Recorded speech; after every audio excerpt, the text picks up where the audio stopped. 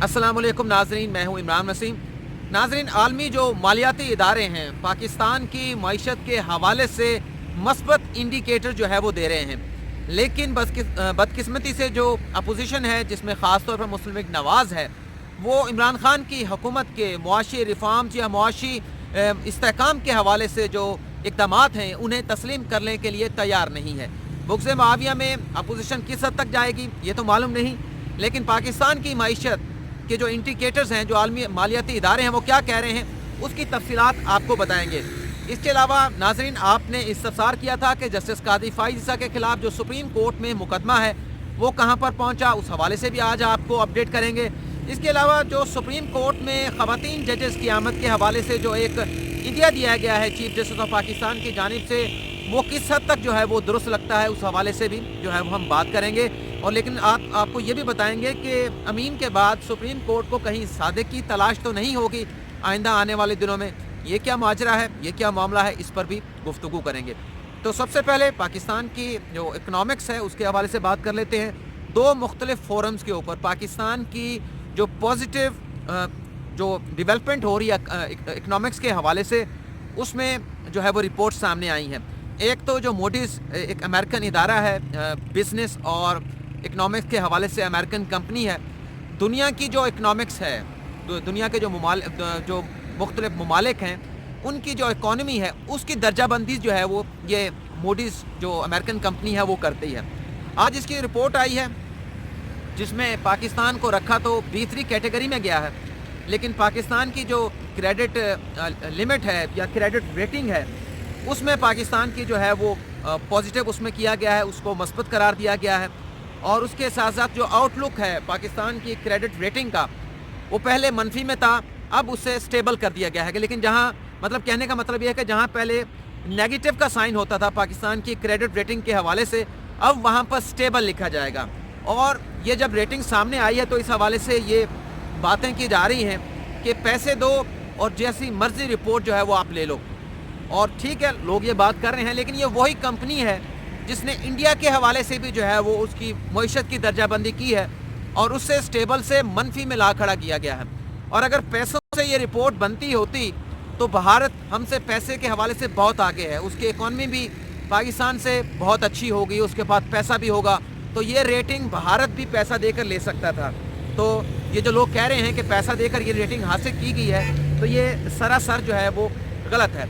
ये रेटिंग क्यों दी है मूडीज़ की, इसकी वजह क्या है? इसकी वजह ये है कि पाकिस्तान की जो अदायगियों का तवाज़ुन है वो बेहतर हुआ है। जो करंट अकाउंट खसारा है वो आप इसे कह लें कि 13 माह में इंतहाई कम हुआ है, बल्कि अब सरप्लस में हम चले गए हैं। अब हमारे उतने अखराजात नहीं है, डॉलर्स के हवाले से बात कर रहा हूँ, बल्कि हमें डॉलर ज़्यादा आ रहा है और हम उसे ख़र्च जो है वो कम कर रहे हैं। और जो मुआशी गिरावट के हवाले से भी जो इक़दामात किए गए हैं, जिसे ख़त्म किया गया है मौजूदा हुकूमत की जानिब से, उसे भी एडमिट किया गया है।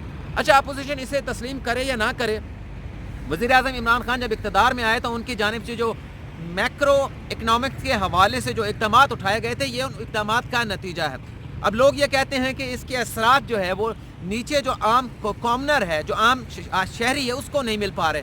तो ज़ाहिर सी बात है कि सबसे पहले जो मैक्रो लेवल पर जो है वो इक़दामात उठाए गए थे कि मुल्क की मईशत को मुस्तहकम किया जाए।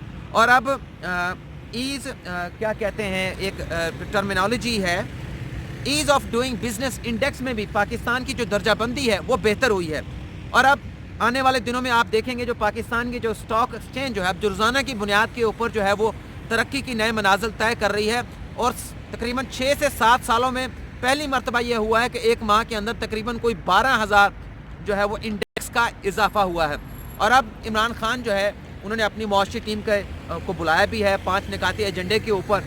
अब बात होगी कि ये जो माइक्रो इकनॉमिक्स के जो समरात मिल रहे हैं, जो नताइज मिल रहे हैं, इसे आम आदमी तक पहुंचाया जाए। और उस हवाले से अब वज़ीर-ए-आज़म इमरान खान की जो मुआशी टीम है अब माइक्रो इकनॉमिक्स के ऊपर जो है वो फोकस करेगी। और जब माइक्रो इकनॉमिक्स के जो इक़दामात उठाए जाएंगे हुकूमत की जानिब से, उसके जो नताइज सामने आएंगे, तो फिर इसका फ़ायदा जो है वो जो आम कॉमनर है, जो आम शख्स है, उसे भी मिलेगा। अब हम बात कर लेते हैं जस्टिस कादी फ़ाइज़ ईसा के मुकदमे के हवाले से। मुनीर मलिक साहब के जो है वो दलाइल जो है वो जारी हैं और तकरीबन 15 से ज़्यादा जो है वो समातें हो चुकी हैं जब से ये केस लगा है। तो दलाइल मुनीर मलिक साहब के चलते रहे। उसके बाद बाबर सत्तार जो कि इनकम टैक्स के ऊपर आए, उन्होंने अपने इनकम टैक्स के मामले के ऊपर दलाइल दिए। और अभी भी ये कहा जा रहा है मुनीर मलिक जो कि जस्टिस काजी फाइज ईसा के वकील हैं कि वो बुध तक अपने दलाइल जो है वो जारी रखेंगे। और उसके बाद हुकूमत की बारी नहीं आनी, ये आपको बता देता हूँ। उसके बाद बारी आनी है जो दीगर जो को पटिशनर हैं, जो शरीक दरख्वास्त गुजार हैं, जो सुप्रीम जुडिशल कौंसिल की कार्रवाई के खिलाफ, जस्टिस काजी फाइज ईसा के खिलाफ रेफरेंस के खिलाफ, और जस्टिस के आगा जो कि सिंध हाई कोर्ट के जज हैं, उनके खिलाफ जो रेफरेंस दायर किया गया है, उनके खिलाफ उन्होंने भी जस्टिस काजी फाइज ईसा के से हटकर जो है उन्होंने भी दरख्वास्तें दायर की हैं।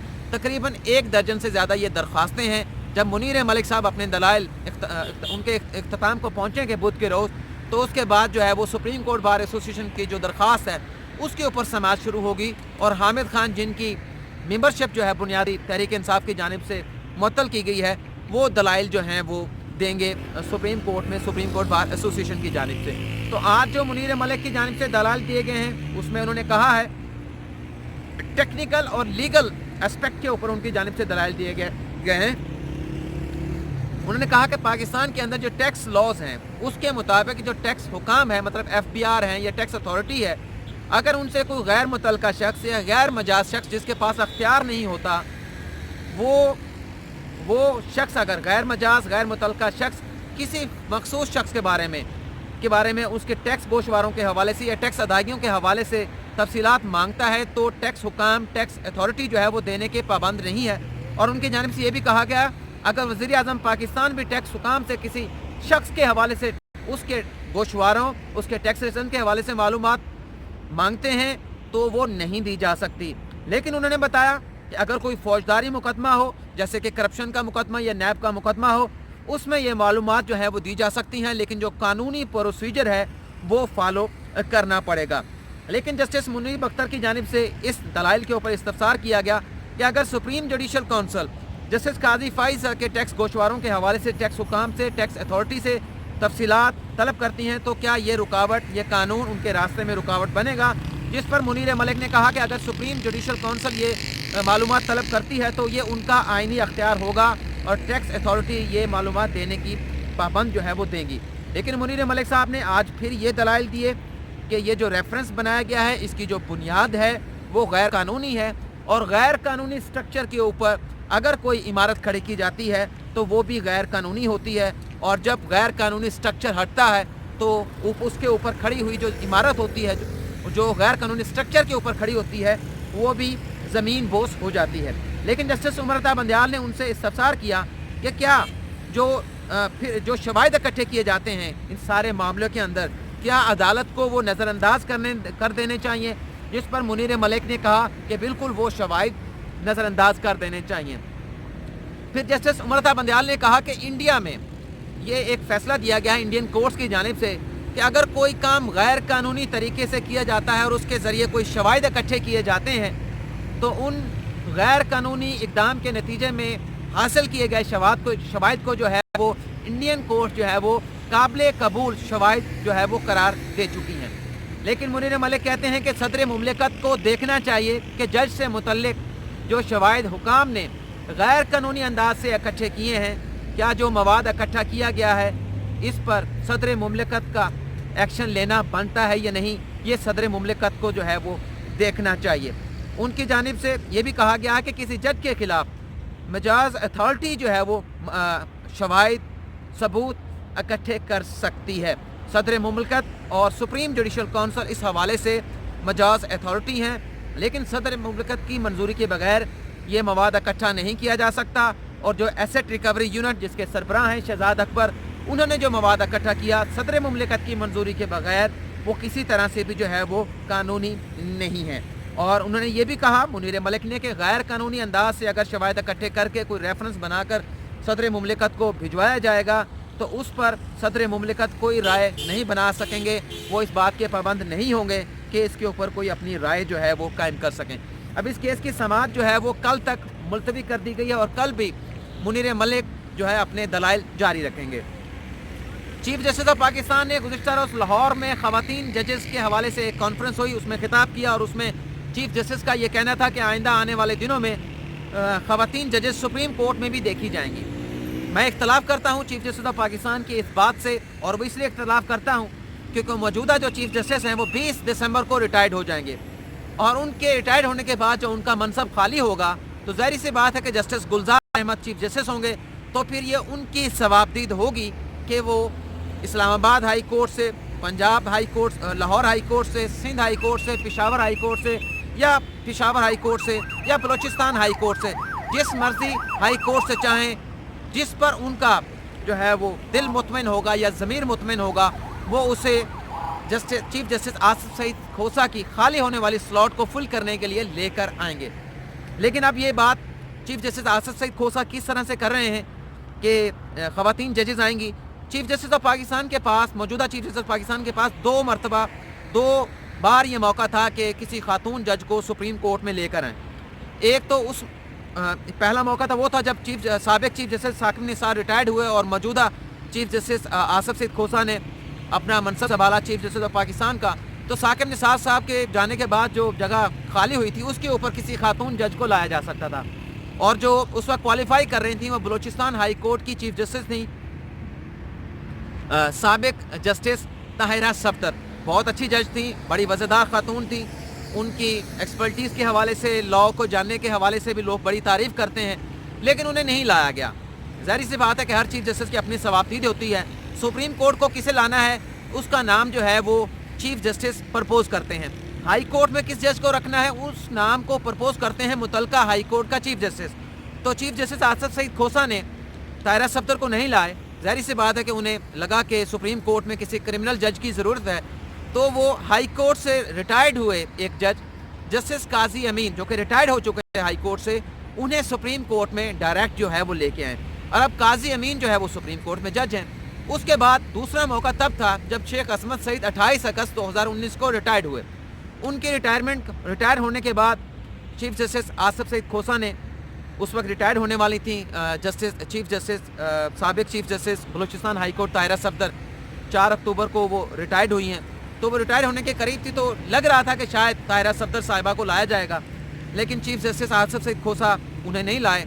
उन्हें लगा कि उन्हें सुप्रीम कोर्ट में लाहौर हाई कोर्ट से काजी अमीन को तो पहले ले आए थे, अमीनुद्दीन खान साहब को लाना चाहिए। तो वो काजी अमीन के बाद जो दूसरा मौका था उस पर वो अमीनुद्दीन खान साहब को जो है वो लेकर आए, और इसलिए जब ये 2 अमीन नाम के मौजूद जजेस सुप्रीम कोर्ट में आए तो फिर मैंने मुख्तलिफ जगहों के ऊपर मुख्तलिफ जजेस से बात की कि सुप्रीम कोर्ट सादिक और अमीन होने के हवाले से, पार्लियामेंटेरियन सादिक और अमीन है या नहीं, उस हवाले से फैसले करती है।